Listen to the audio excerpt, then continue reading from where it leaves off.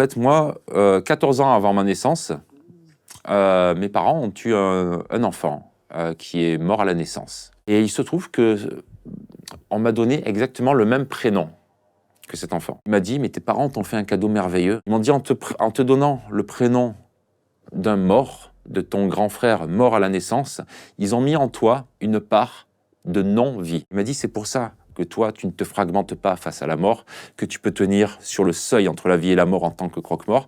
C'est pour ça que tu es à l'aise et que tu t'épanouis dans ce métier où pour la plupart des gens, c'est très compliqué. Dormir sous la terre pour renaître à soi-même, finalement.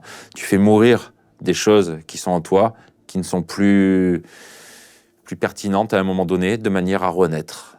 Avec T'as pas eu peur de dormir dans un caveau Je sais que c'est pas commun de dire ça, mais je me sentais vraiment chez moi. Quelqu'un qui ferait ça sans y être préparé psychiquement irait au-delà de sérieux problèmes.